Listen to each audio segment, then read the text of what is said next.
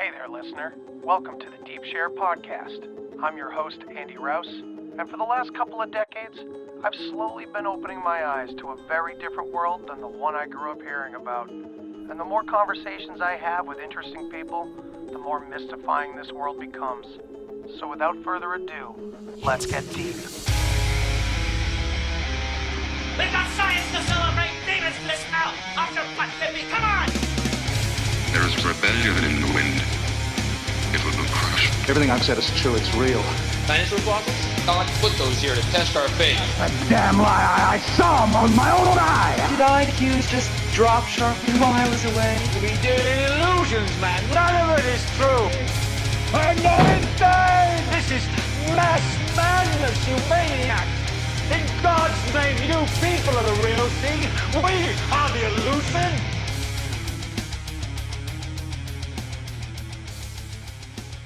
Welcome back to the Deep Share Podcast. Thank you for tuning in.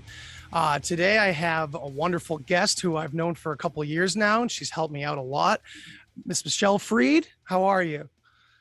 Hi, thank you for having me. I'm so happy to finally meet face to face and get to have a nice conversation with you like this.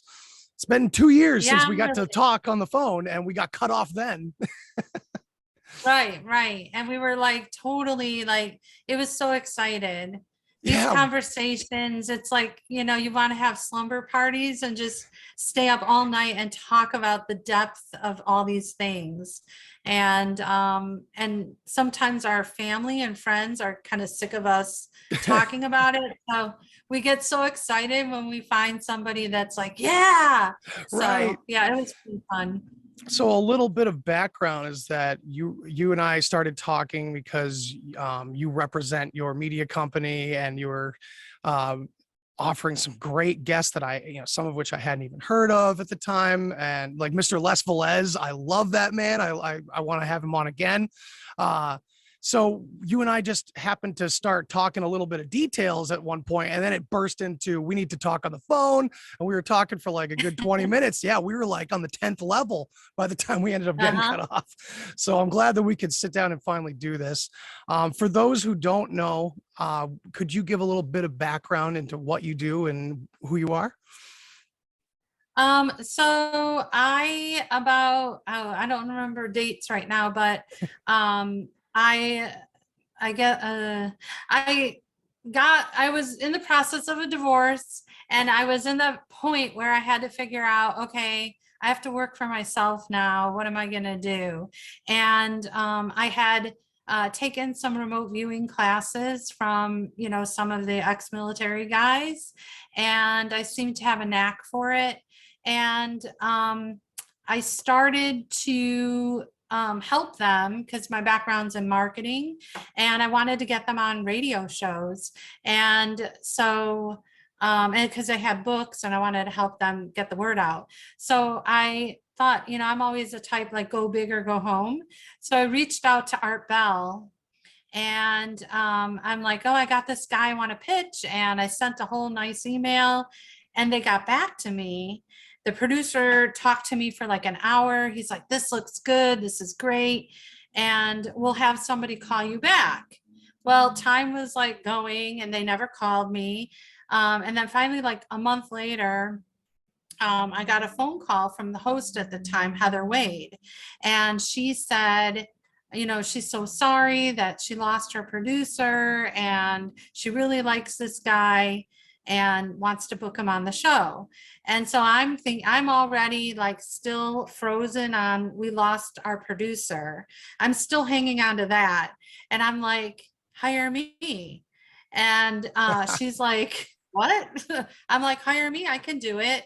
And she's like, speechless, which that's awesome. To get a host, speechless is like rare. She's like, well, let me see what you could do, like book my show. I'm like, okay.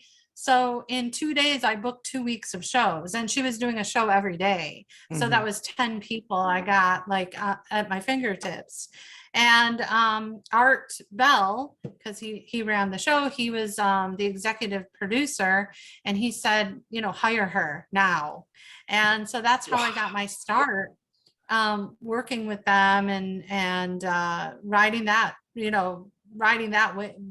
wave or whatever. And I got to meet like anybody that I ever had a question, my pre-interview, I could get like, I feel like I should have a PhD in all things strange. That's so Because, cool. I was working on having lucid dreams. And so there's a guy named Robert Bruce. I'm not sure if you've heard of him, That sounds from familiar. Australia. He wrote a bunch of books, and so I called him up and asked for personal coaching, and it was great, so I was just so grateful to have that opportunity. And then just really working in the remote viewing world, doing a lot of fun projects. I was also working as a hypnotist for therapy, to help people break habits and things like that. And just, one thing led to another. And then when Art Bell passed and we had to close down the network, I had to come up with another idea. And so I started my LITM media business. So anybody out there that has a book or wants a publicist or wants their own podcast, we can do that. So so that's what I'm doing now. Excellent. Excellent. You have such an amazing past here with Art Bell and everything. So many of us and so many listening would kill to be in your shoes in that situation and be able to just kind of ask any ancient history question or any spiritual question, or my goodness, that's crazy. It's like kind of being at Gaia now, right? Like you'd be able to float around and ask so many questions. That's crazy. Yeah. Wow.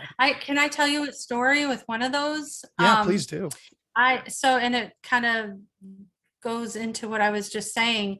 So when I was working on lucid dreams, I was also working on achieving an outer body experience. And so this one session, I had the intention that I wanted to go to the pyramids. And so I did go to the pyramids, and I felt myself just, you move like in outer body, you move so fast. And so, you're traveling really fast. And I remember vividly seeing the hieroglyphics on the walls. And I was so curious. And I'm like, I wonder what's under. And I projected my body into the ground. And I must have gone more than 12 feet down. I don't know. And because, there's no, like, you can travel through everything in your mind. I went down and I saw this, how I would describe it as like a piping system. It looked like an underwater, piping that was going in so many different directions. And it was gold colored. And I remember saying to myself, like, what is this gold? And it's like having a dream within a dream, but it was like an OBE within an OBE. And I started having a memory of watching the people making these tubular structures under the pyramid. They were melting gold and putting them in little, they look like foil sheets, but they were made of gold, and they were melting them into these round structures under the pyramid. And this stuff was so vivid that, and then I kind of woke up and like, whoa. And the first thing I did was talk to some of these guys in ancient, that study all these ancient monuments and the pyramids and whatever. So I forgot the guy I spoke to. I can't remember his name, but I called him up and I said, is there any talk, any evidence of anything under the pyramids? And I told him my story, and he said, well, we don't have evidence because, Egypt won't allow us to, go in there anymore. Only certain people with big pocketbooks can get in there. He said, but there is a lot of theories that there is a water system, that because they believe that the pyramids were surrounded by water at the time. And so they believe that they were using that water because that equates to power. And so I was like, it's got to be real. Like, how do I I can't prove it unless I go sneak there and start digging. But it was a really awesome experience, That's right? amazing. Well, as soon as you started talking about the underwater pipes and the vision, I immediately thought of Andrew Collins, a lot of the work that he's done at uncovering some of this stuff over there. Yeah, it's like a whole aqueduct system that's supposedly underneath all of this. And supposedly there's text to describe the aqueducts too, that I don't know, not really sure about the details there, but that's pretty wild. And Yeah. I gotta say, that really reminds me of a number of kind of like visions, I guess you could say, that I had under psychedelics that was very, very similar to that almost like gnosis of, well, okay, this makes way too much sense what I'm seeing in front of me. And I know it's just happening in my head right now, but it feels like it fits too perfectly. And then you start to, like, probably just like you did, you kind of go out to the exterior world and start confirming it in different ways. And it's very eerie because you Exactly. still have no way to prove it. So you're left with this big Right. gulp of faith that you kind of have to have in your own inner experience, which is Right. sometimes it's Right. baffling, right? It is, and some of the problems with, in this whole genre that we talk about, we have to get away from feeling this need either for approval or proving things to people, because just in my years, I found that through remote viewing, all the experimental things that I do, the only way for anybody to understand is if they actually experience it. It's just a waste of time and energy to keep trying to prove it to people.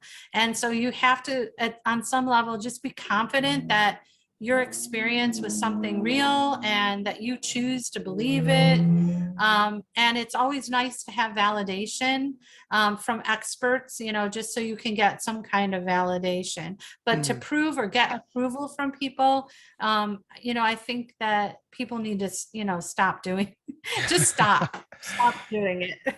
It's such a conundrum because of how many people just naturally are not ready or aren't interested in any of the stuff that we're talking about. And we feel it's so important, right? We feel it's so central, and that only if we could get it across the right way, they would see, and all this frustration between us would be over. And it's a fantasy, right? It's a total fantasy, because now I'm trying my best to kind of look at things like different people in my life. I'll notice little certain signposts that are unique in their patterns. And I'll say, okay, so they're there right now. That's where they are.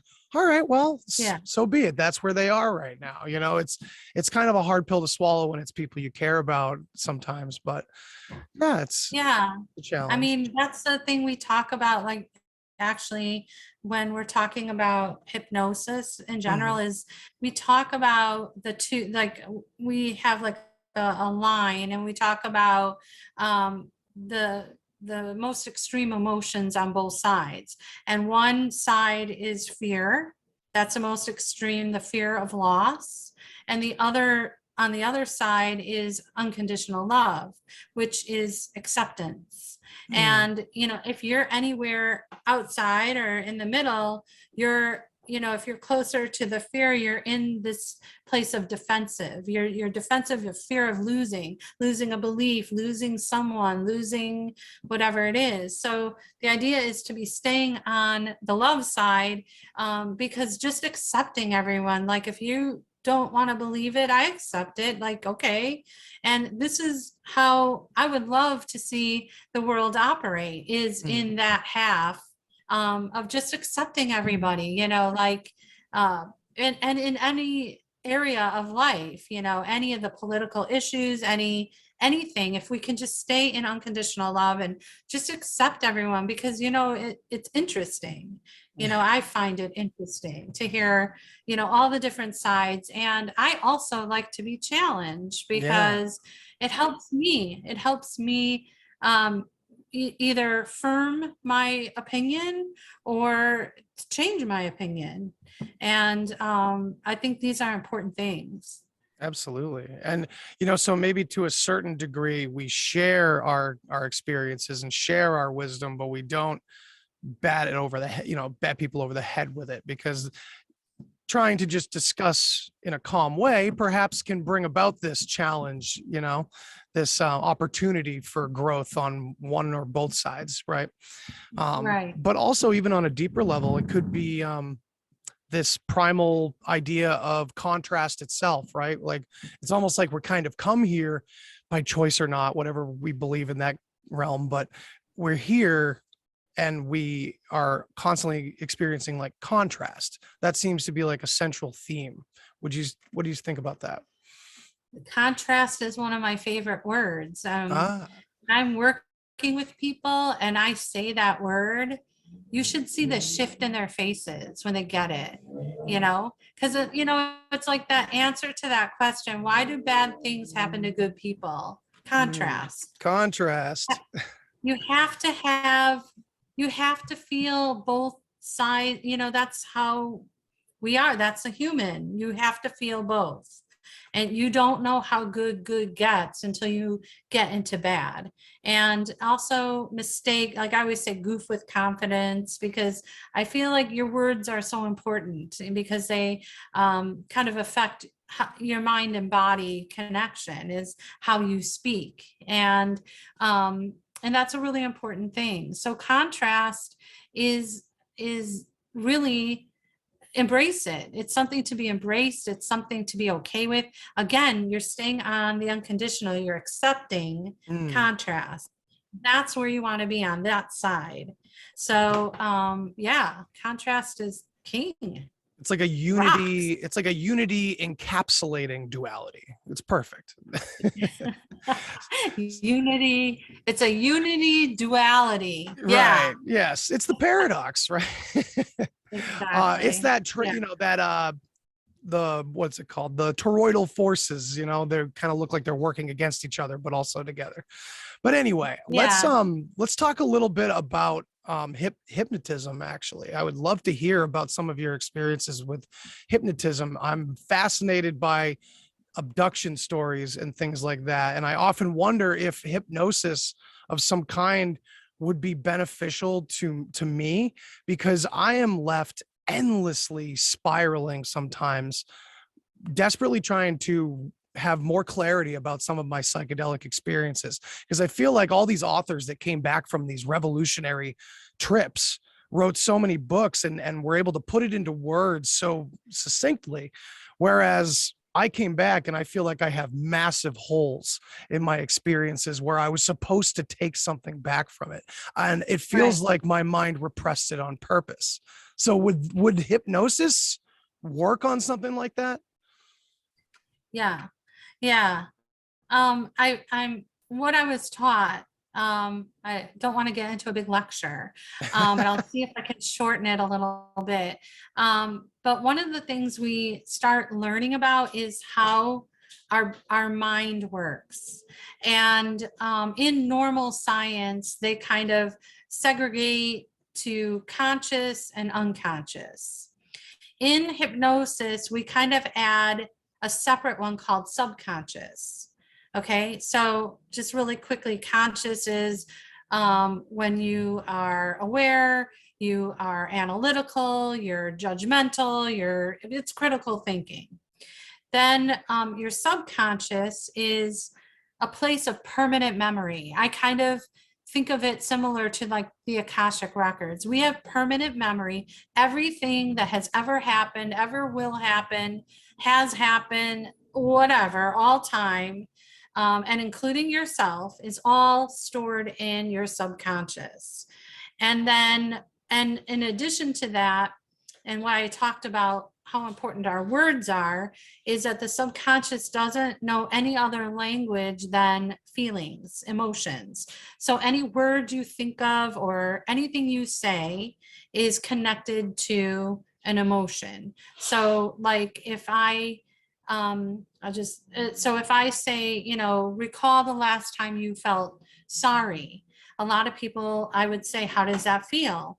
And they say, remorse, small, they start curving up their bodies like this. And, they describe the sorry. But then I tell them, okay, replace the word sorry with I apologize. And all of a sudden they sit up and they feel more empowered. They're getting the same message across, but the feeling is different, like for in your perspective. And the result of these feelings, that's when the unconscious comes in. The unconscious are those automatic body functions that you're not really aware of, blinking, heart, breathing. And these words affect how you are physically. So if you're walking around feeling sorry all day, you need massages at night, because now, if you are a person that walks around in fear, then, what happens if I say boo and you go like this, all your muscles are tense, and that's how you walk around. Your body is affected by those things. Right. So in hypnosis, we kind of go to that core emotion, whatever that is, that takes us back in time. And that's why we can do an age regression, and we can do a past life regression. We can do also an event, like, one of your, an event where you were in a different state. We can bring that to the forward. The thing about is that how our brain protects us. You can't know everything at once. You just can't function like that. So your mind kind of stores things. And in hypnosis, we kind of try to calm down whatever's blocking those things. And then we shift them forward so that it's here in the now. And then you recall exactly what happened. And we use a form of this in remote viewing too. But I'm just talking about hypnosis right now. But that's how it would work. And that's how it would work when, the abduction cases, for example. I'm never sure when people come and they feel like I may have been abducted. I'm not sure, and I don't even predict it. But what goes on in my mind in general is like, it could be a dream, it could be real, it could be I have no idea, and I really don't care. And it's not important to me. My job is to kind of be the headlights, and their job is to drive the car. And that's really all my job is. And so I had a fascinating thing happen to me where in the course, I think it was like 9 months or a year, I don't know specifics. There were 3 separate individuals that live in 3 different places. One was in California, one was in Illinois, and one was in Canada. And none of them knew each other. And there were 3 separate times completely. And each one of them, I did the same thing. I put them in trance, and we went back to that event, and they all totally described the same thing, as if they all felt they were off planet, on another planet, in water, like the planet was underwater. They lived underwater, and they felt like they were breathing in water. They described the vegetation, the colors. They didn't have adjectives to describe the colors and the vegetation, and anything in there were so foreign that there were a loss of words. They just didn't know how to describe it. And I just found it fascinating that all 3 of them ended up in the same place, but none of them knew each other. So it was really a fascinating thing. And I'm always asking people that are listening to me when I tell this story, like, I'd love people to reach out to me if they had or felt like they had some event where they felt like they were underwater living, something similar to that, because I'd like to collect all the data and see kind of what we can figure out about it. It's just interesting. Yeah, a lot of people have puzzle pieces to this thing, and the more puzzle pieces we can kind of gather up and place where they belong, right, and kind of get a better picture, a more detailed picture of what's really happening. Because again, the descriptions that they gave sound again like millions of accounts of psychedelic experiences as well, where everything suddenly takes on this new amazing form, and it can't be described in words. Language falls short. This whole thing also connected to near death experience and things like that. It's amazing that these things are on this parallel line, and I've always been so fascinated by it. And I know that remote viewing and hypnosis are so close to the heart of these things, and it's so interesting to learn about, especially the visitation stuff. It's because that's always fascinated me on a particular level, because I wonder how much of the UFO phenomenon that visitation involves is not psychosomatic, because that's like a derogatory term, but like an internal experience being brought on or something. I feel like that automatically makes people feel like I'm discrediting their experience. I'm not trying to do that, but it's like, it's hard. Again, it's hard in language to describe this weird connection Yeah. across these different fields. Yeah, and in terms of visitation and UFOs, I'm so scattered about the whole thing. Like one day I'll believe it, like, I'll believe that we've been visited.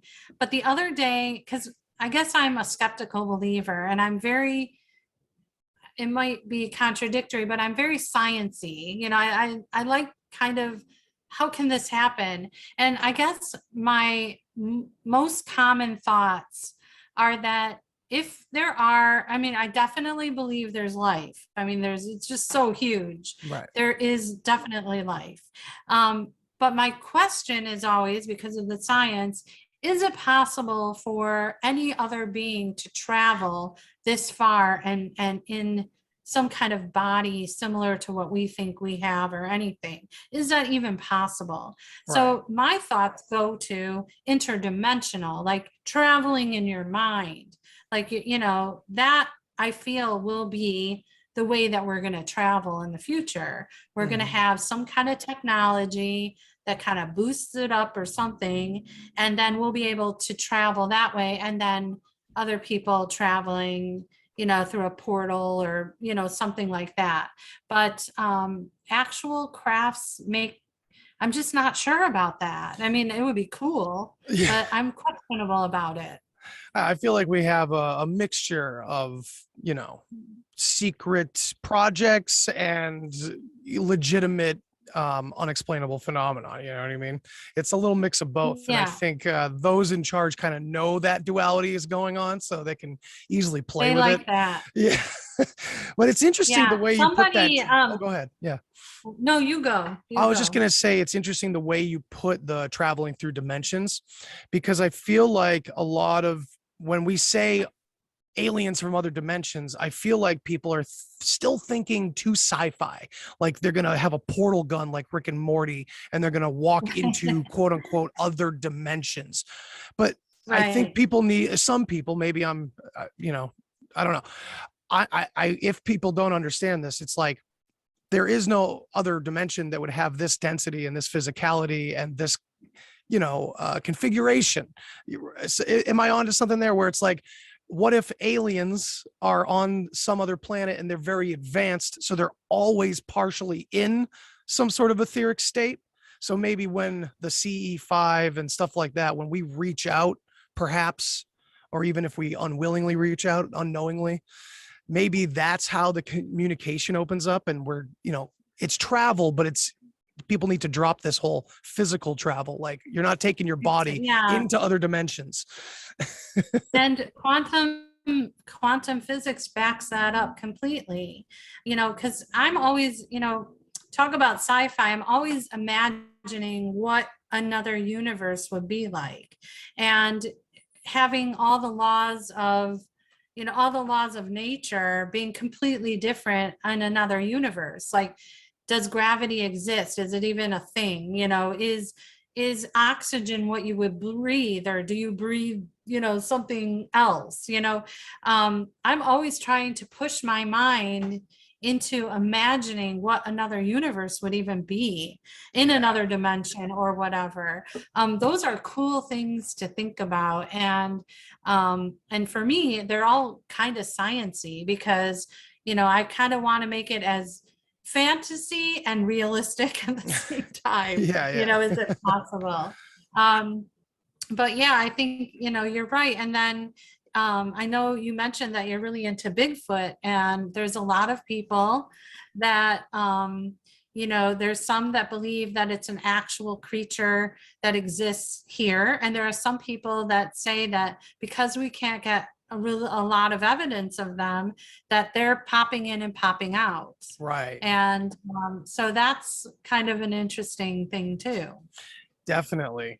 Yeah, Bigfoot takes you in a lot of different directions. You can go the interdimensional path. I hear a lot of people, if you've ever listened to Bigfoot or Sasquatch Chronicles with Wes Germer, a lot of his guests come to him and say they feel like it's Nephilim because they've read the Bible and all that. But it's interesting too, because we have anecdotal evidence on many different sides of the thing, because we have some interesting stuff about the interdimensional idea. And then we have like the creepy story from soldiers about like the giant of Kandahar or whatever, where it's like, Yeah. okay, do we have some part of our species from a long time ago walking around much bigger than us or something, trying to stay hidden? It's very weird how we equally have like just a little bit of evidence for no confirmation on any side. So all of it's completely open, Yeah,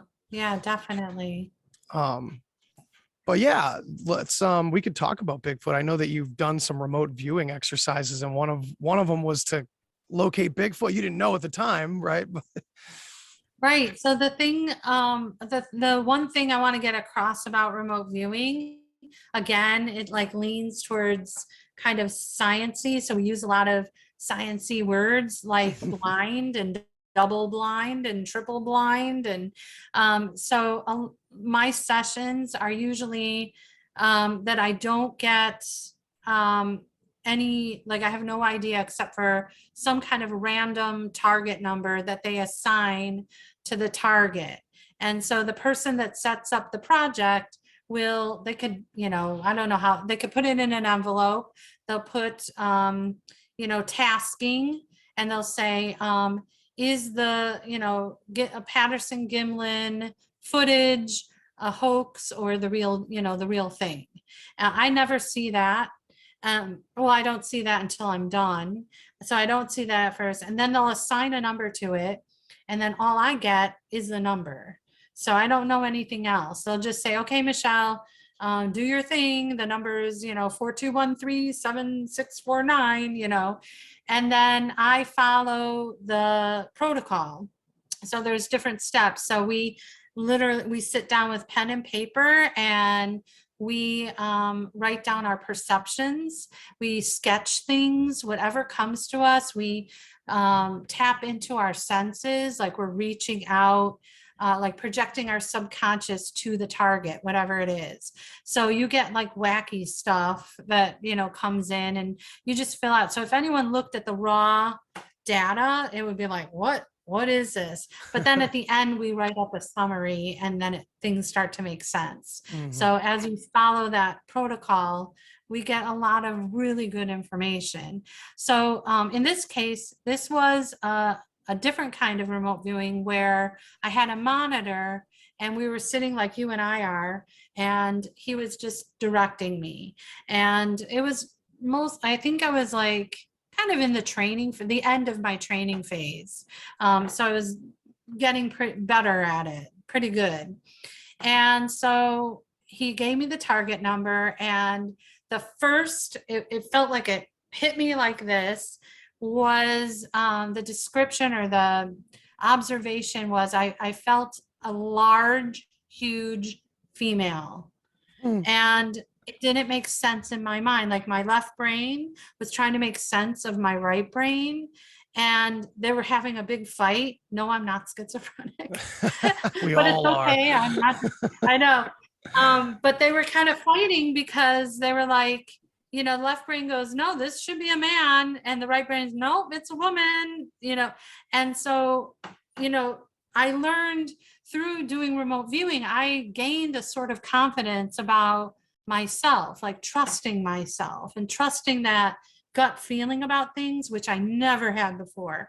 So you do learn that when you work on these things and you're tapping into your subconscious, you start trusting your gut, and then that leads you through your life. It's Yeah. fascinating. I mean, that Um, literally teaches you how to use intuition by leaning on your gut like that. Exactly. And I can't tell you how many life lessons that I've taken from remote viewing and applied to my life. And it's just literally changed me because I just didn't expect it. I thought I was just going to go do this fun thing.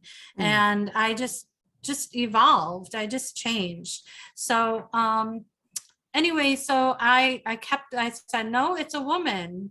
And I kept saying like a basketball, her bone, like I felt like her bones are like longer than mine. I was like touching my arm and I wanted to go longer.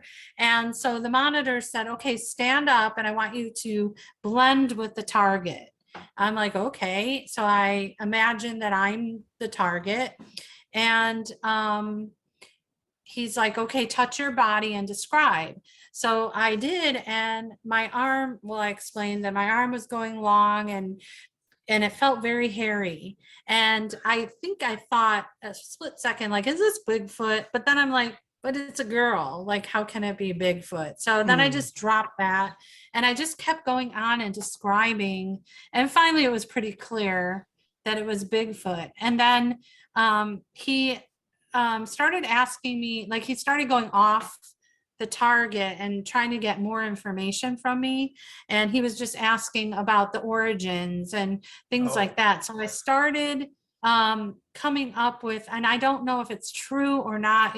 We have something called an AOL, where it's called an analytical overlay. And what happens is your mind, your left brain wants everything to make sense. So it's like, for example, if I said something's red, shiny, and round, you would assume it's an apple. But what if I told you that red, shiny, and round is really a fire truck?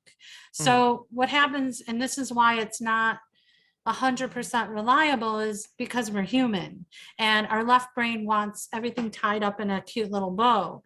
So I'm not sure if I made up all this stuff, but I was getting this kind of this family situation or a tribe of Bigfoot. And I saw them behind some kind of line of something. And there was a lot of like they were upset. And so I went on describing some kind of weird story. But I don't know if I trust that. But what was interesting is that I got the female, and I got it was Bigfoot, and I felt like it was not a hoax.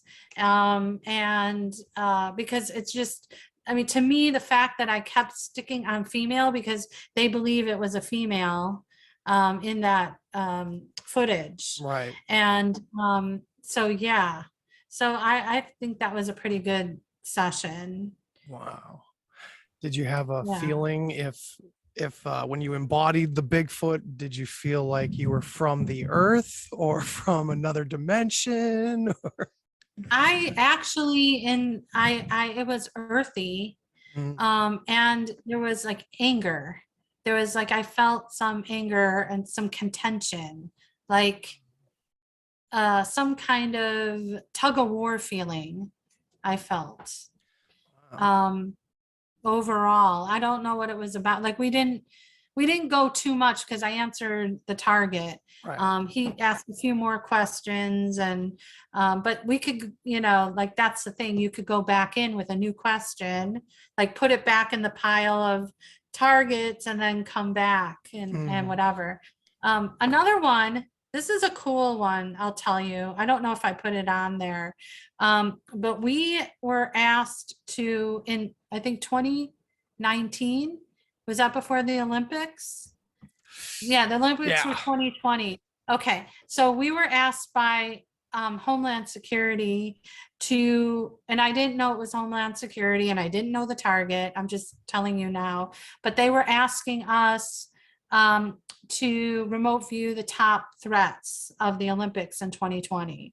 And so we did it a year before, and my session had like a lot of weird stuff in it. So it had some kind of, it was a land and water interface, and I saw it almost seemed like a big storm happen, like trees down, buildings, like piles of debris everywhere.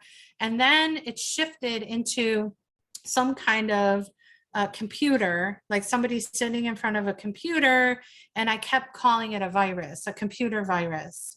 And whatever, I did the whole session. I sent it in, and we never heard anything about it. So then the pandemic happens, right?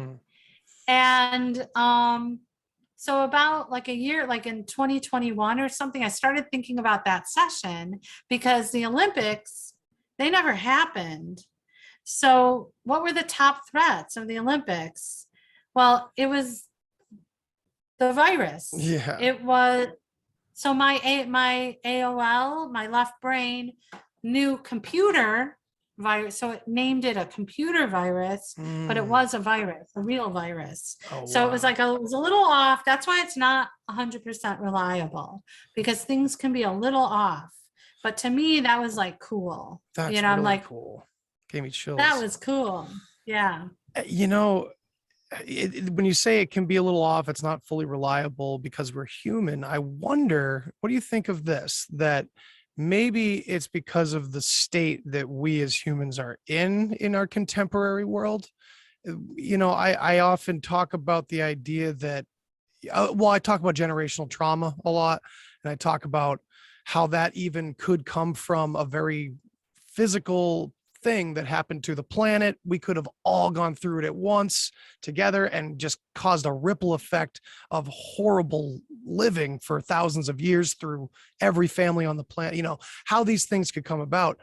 We are just all living, not to just blanket statement, no one's living happily, not like that, but just that we all have like underlying either individual or collective trauma. And I wonder if all of it was clear, if that's even possible, would we be able to do this perfectly or something like that? I don't know.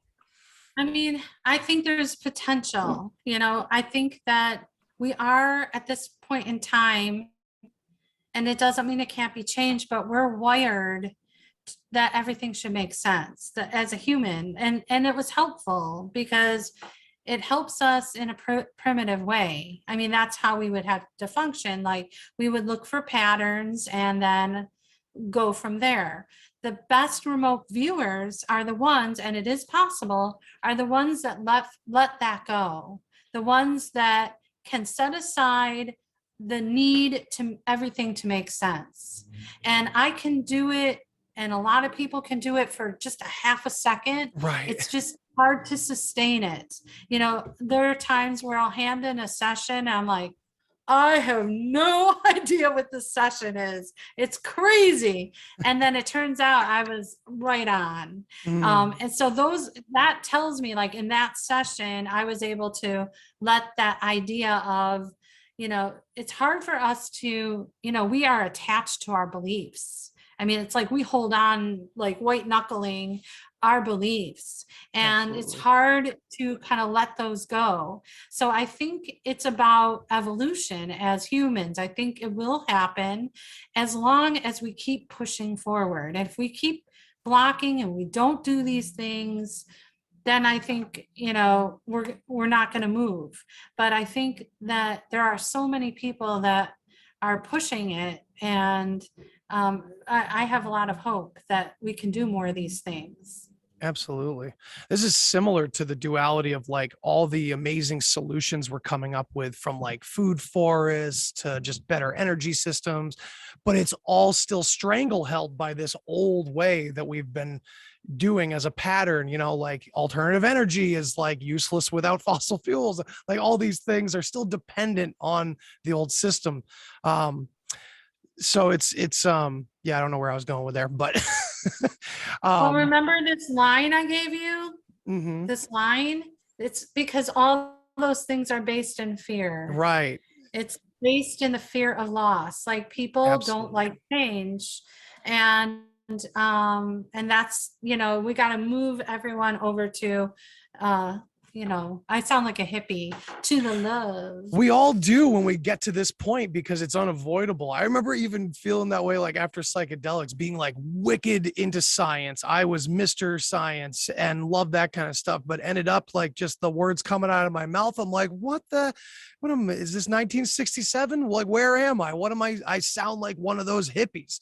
And it's because there's like proof of that. Like you were saying, let it go, the analytical side. It's so, I don't know. I'm kind of jumbled here because there's so much in there about how everything works. And it goes back to contrast with the two sides of the brain kind of finally working together. Have you ever heard that story that like at some point in our history, it might just be a hypothesis. I'm not even sure if it's a legitimate theory, but it was proposed that at one point the two hemispheres could communicate with one another, and it was as if there was two voices in our heads instead of one, and that evolution brought us away from that. Have you ever heard that? No, but it makes sense to me. Immediately, right? It's like, oh yeah, that okay. Yeah. Tack that on. Yeah. Yeah. I found that. definitely, I think, yeah, that it's like, sometimes I feel like they talk, that's why I'm Yeah. like always, and then you have all these people like you got the angel on one side, the devil on the other, but it's a little more complicated than something like that because I think, but I was going to bring up the idea that I use like in the class that I teach, I take pictures of, when you're doing your road trip and you see those electric poles on the highway. And I ask the kids all the time, like, what does that look like to you? And so some of them say, oh, it looks like a goat with a hat on. And another kid will say, oh, it looks like a girl doing a handstand and she's wearing a dress. So everybody has a different, and I think that's what the thing is that we have to realize what is reality, what's real, Right. because everybody sees things differently. Like you put a pair of glasses on and you see the different, the world in a very different way. So the idea is to accept all those things and just kind of go with it, Right. and it doesn't have to be right. It doesn't have to be left brain, analytical, perfect, anything like that. And so that's another thing that we try to do in remote viewing is get rid of that analytical side for just the amount of time of your session. Then you can have it back. Right. But during your session, it's like, just, let it happen. And the people that, are living in this half of the line, in the unconditional acceptance line, they just go with it. And the ones that are like, no, they don't do well because they're too analytical. They'll start having a conversation in their head. Well, I'm seeing a fuzzy thing and I'm also seeing some kind of man-made structure. That doesn't make sense. Well, it does make sense because you can have a man-made structure with a fuzzy thing on it. So both are right, something in the world, if you say, oh, I'm perceiving water, but I'm also perceiving, some kind of structure. Well, boats are on water, or a better example is like, they'll say something soft and smooth and bumpy. Well, there's tons of things that are soft, smooth, and bumpy, all in one thing. Mhm. So once you realize like how that is, then you do better. Yeah. And it kind of like slowly over time may break down that like simple, what do they call it? That like that mode of the brain, that normal mode, whatever they call it, that is like kind of in survival mode, I guess you could say. Where I think Aldous Huxley talked about like the reducing valve. He used to call it the reducing valve, where psychedelics would just hold that door open, right? But in normal reality, you have to have that door closed, or else you just lie around and stare at a tree, talk to a tree all day, instead of, fight the saber-toothed tiger that's coming at your camp or something, Exactly, and I yeah. wonder if the human evolution may be going towards, like a more like synthesizing the two sides of the brain rather than having them so polarized or something, almost like an alchemical. I love that alchemical process, perhaps.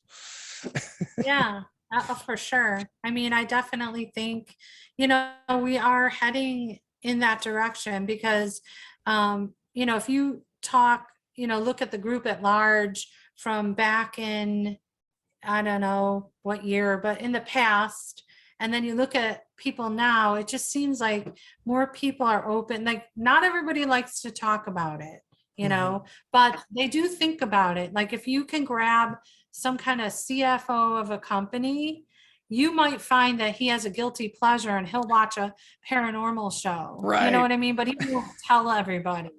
And then I even talked to a bunch of religious people, and they're like, yeah, I believe in spirits. I'm not allowed to, but Right. So I think it's, it'll take time, but I think it's in people's headspace. I think that there's hope. Yeah, I think that's a good way to put it. And I think it's people doing work like you've done that kind of spreads that hope even farther. Like, I know you've worked helping finding missing persons as well, like missing person cases. Can we talk about that a little bit? Yeah, of course. So those are and animals too. We also missing animals, That's awesome. missing, treasures, all that fun Ooh, stuff. Man, I might Yeah, I have worked one on- for you. I'll talk to you really? after. Yeah. That would be a lot of fun. That's I can give you fun. like a location. I can give you, oh yeah. Well, or I wouldn't give you. I would just write a number, right? No, we can do are you familiar with dowsing? Do you I've know what heard of dowsing dowsing. is? Yeah. And I actually think, I don't know too much about it, but the topic I had in mind, I think someone has involved that as well. But yeah, go. I think I have some guests for your show that they talk about dowsing, and they're the experts of it. But yeah, that's something we can incorporate into remote viewing also. And cool. but yeah, finding the missing people, it's not for everybody, because sometimes it's not a really good outcome. And one of the cases, of course, on your show, I'm only going to talk about my successes, but for every good one, I'm telling you, there's like 500, Right. But so this particular one, they didn't tell me very much. They just said it's a missing person. So I didn't know where in the country, or if it was this country. I didn't know if it was male, female. I didn't know age. I knew nothing. And so I perceived that it was the minute I tuned in, I wrote down the target number on my paper. I just didn't sense life. I just somehow knew this person was not alive. And so then I felt like I was looking down. So I saw the position of a male with blood on the forehead. It was a foresty area. There was a rock, like a big boulder next to his head. There was water nearby, and there was like a path that led to a dilapidated structure. And that's basically what I got in my session. And I think there were like 4 other people working on it too. We like when lots of people work on, because they give a different perspective. So they were able to find him based on all of our information. So this is how I was a little off. So it turned out it was a male college student. That dilapidated building was actually a bar. He got drunk, walked down the path, and then took out a boat on the water. He was really drunk. The boat capsized and he died of a head injury. So this big rock was actually the boat. And I saw him, I didn't see him in the water, but he was in the water. And they were able to kind of triangulate the area, because the landmarks I told them, they knew where this place was. So they looked at a map and they're like, okay, where is water, a forest, and a building? And so they kind of matched all that, plus all the other people, what they said, and they were able to find them. So that's really helpful. And then I also helped, do you know Dave Schrader? No, I don't. Dave Scherer from Darkness Radio. He was Not on familiar. Holder Files. So I was his producer, and he called me up and asked me to help him find a missing person. And so it was pretty cool to do that too. So Wow. I'll that call was you the next fun. time my cat gets out because he's doing it Yeah. all the time. Uh, so, it's interesting and it's cool that you guys do it in groups too. It makes sense to me because if you're allowing yourself to just write down everything that's coming to you, that's kind of like you're getting a group thing on your own. So it only makes sense that this would completely like tenfold expand that operation by just having everyone throw it all together and see what the patterns are. It's pretty impressive. Yeah, some people that are like more technical, like scientific minded, their session is going to lean in that way. Like if there is, say, a car involved, they're going to have all the meticulous, engine parts, and they're going to draw all the things in an engine. And if you're more of a metaphorical person, your information is going to be, metaphorical. If you're into, colors and shapes, then that. And then when you put it all together, then it becomes one whole session, and you get such the 3D dimension, three-dimensional view, and it helps them get, even more reliable data.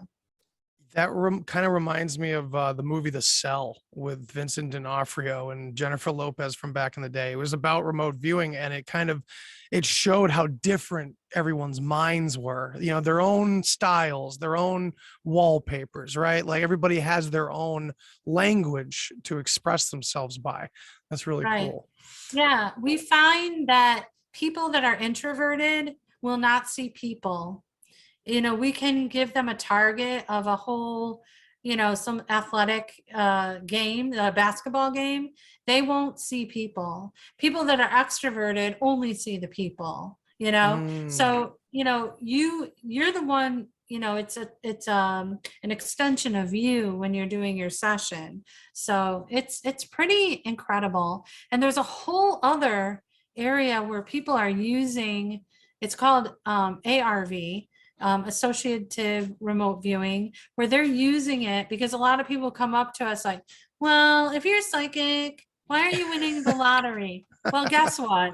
They are winning the lottery, and they're using remote viewing to do it. They wager on sporting events.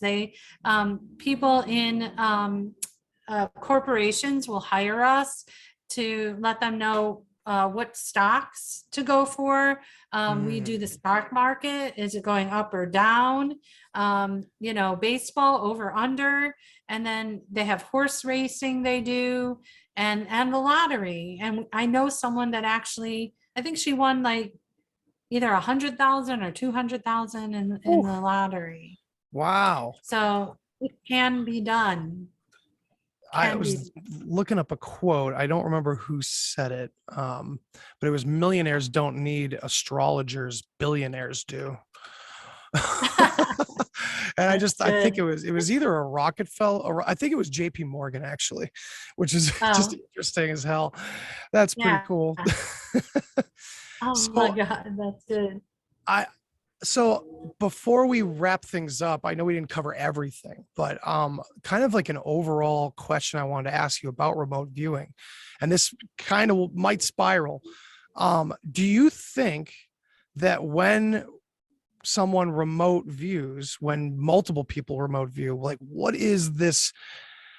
Are we remote viewing consensus reality, or is it reality? Like and maybe that doesn't even make sense, but it's like we have this kind of like innate reality that is all around us all the time, and then consensus reality is clearly this like added dimension of consciousness that envelops everything and literally seems to affect things, the observer effect and all that.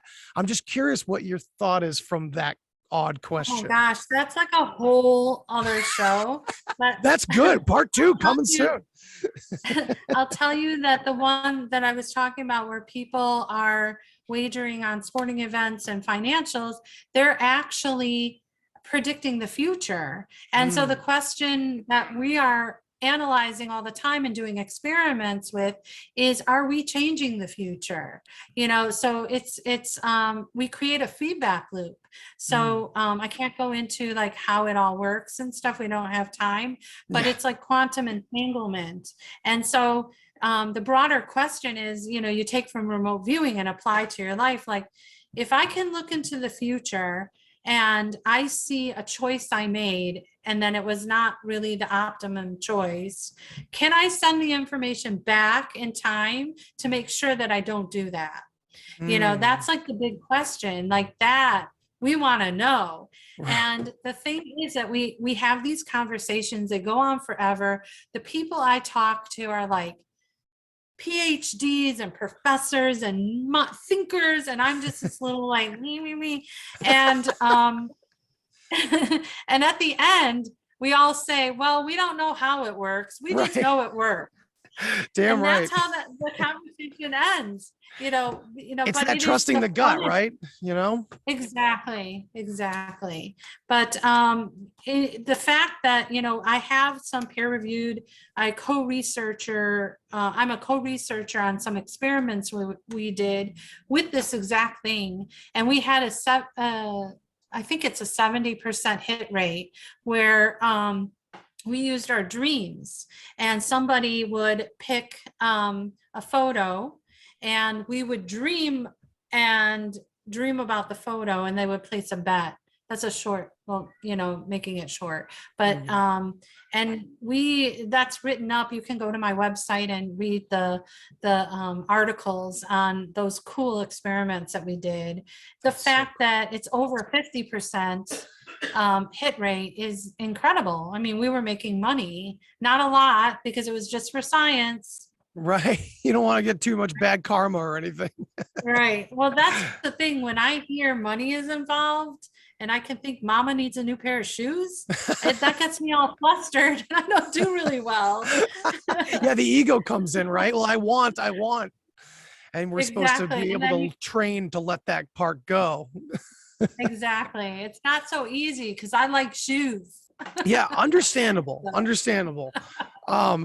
Well, I know that you have a class coming up soon, like an event that people are going to want to hear about, and an opportunity to learn how to kind of get into this stuff. If you could talk about that a little bit, it'd be great. I'm so excited. Yeah, because IRVA, the International Remote Viewing Association, asked me to teach a class, and it's the lowest price. Like, if you ever wanted to learn remote viewing, this is your chance, because it's only going to be $150 for an 8-week course. And then for members, I think it's 110. Usually it's like, I charge 400, but that's the lowest price. I think other people are charging in the thousands.